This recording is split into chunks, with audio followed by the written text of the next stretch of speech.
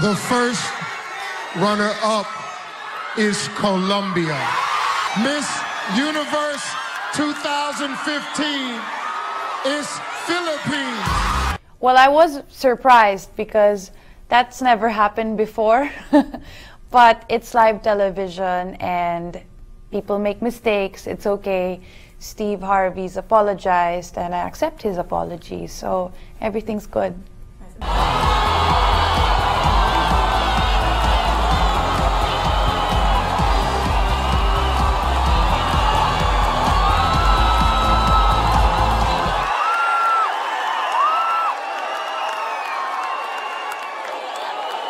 Malaking bagay sa Pilipinas talaga na manalo sa Miss Universe. Lalo na sa kahit anong beauty pageant naman, pero lalo na sa Miss Universe. Kasi ang tagal na nating hinihintay ito.